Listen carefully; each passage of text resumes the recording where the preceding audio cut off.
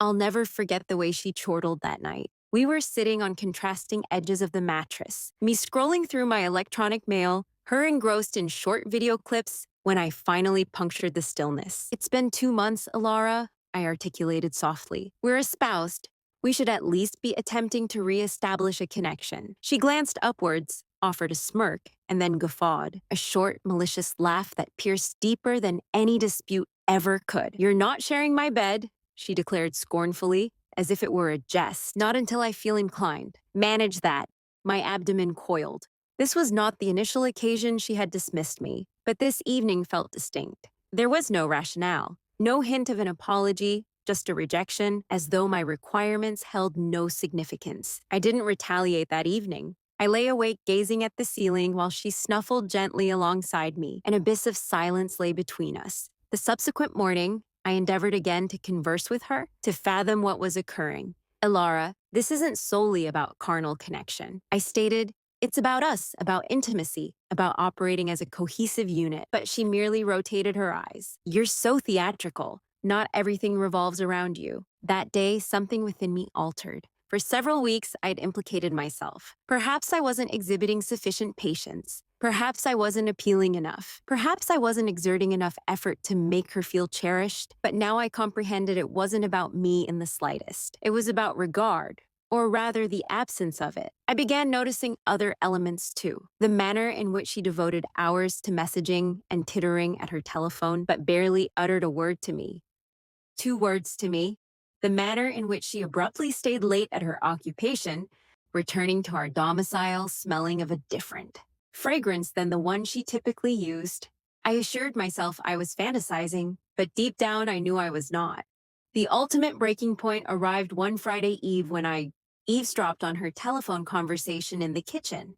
"He's so demanding," she chortled again. "I swear it's like cohabiting with a juvenile." "No, do not fret. He won't act upon it. He never does." I stood paralyzed in the entranceway, her words reverberating in my auditory canals. She didn't merely disregard me. She derided me to another individual. In that precise moment, I stopped feeling wounded and started feeling incensed. That night, while she was still on the wireless device, I gently opened my portable computer and began researching divorce solicitors. Over the weekend, I maintained my composure. I grinned.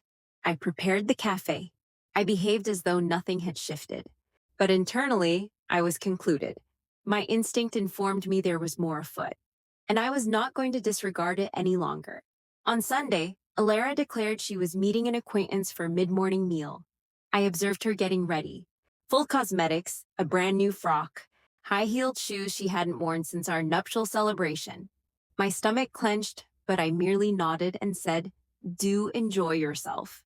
The instant she departed, I pursued. I stayed sufficiently distant so that she wouldn't observe me, but close enough to witness her stroll into a secluded cafe and directly into the embrace of a gentleman I had never encountered previously. He clasped her like someone who was not just a colleague. They sat opposite each other, leaning in closely, exchanging little strokes and covert smiles.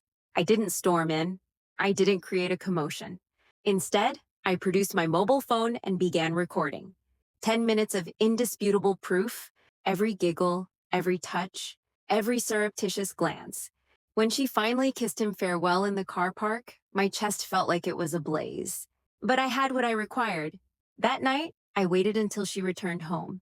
She passed through the entrance, all smiles, and pecked me on the cheek as if nothing was amiss. "How is brunch?" I inquired, my demeanor composed. "Tolerable," she stated nonchalantly, shoving off her footwear. "Splendid," I said, withdrawing my mobile, "because I would despise the notion that you were misleading me."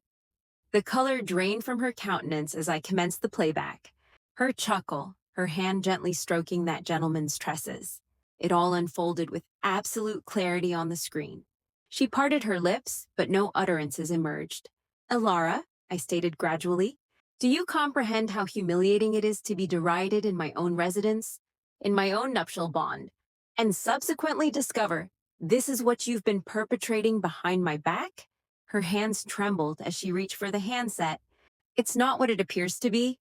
It is precisely what it appears to be, I interrupted, my tone severe, and I'm finished pretending this is a marriage.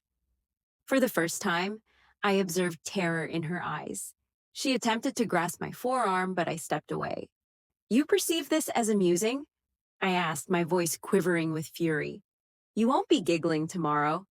That evening, I prepared a portmanteau, dispatched the proof to my solicitor, and slept on the sofa.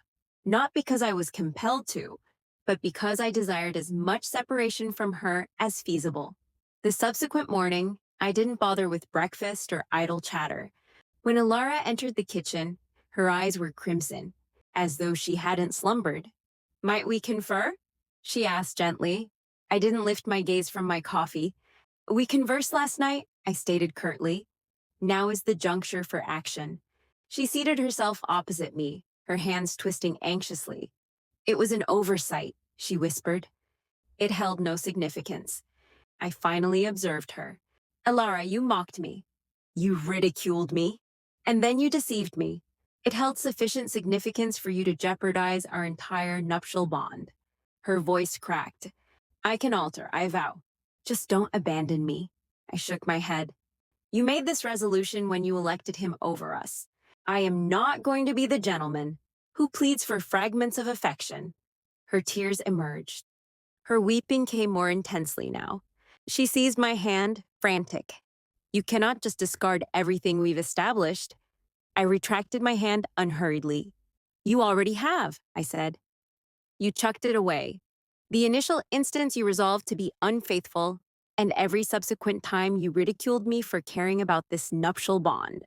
The chamber became hushed apart from her sobbing. I stood, retrieved the dissolution documents I'd printed that morning, and positioned them on the surface. I desire a divorce, I stated, my voice unfaltering. Her countenance utterly crumbled. Pray do not proceed with this, she wailed. But I didn't falter. I merit a wife who respects me, I affirmed. You merit the gentleman you've been clandestinely associating with. Go and join him. I departed the dwelling that afternoon, my portmanteau in the boot and my future utterly unrestricted. As I drove forth, I experienced something I hadn't felt in a span of months. Serenity, a week subsequently, she messaged me. I committed an error. Please return home. I didn't respond. I'd already endorsed the documentation and arranged the judicial appointment. When we presented ourselves before the magistrate, she wept quietly, but I didn't shed a solitary tear. For the initial time, I felt like I had reclaimed my existence. As I proceeded out of the courthouse, I realized something. Occasionally, the most potent thing you can undertake isn't to shout or contend or implore,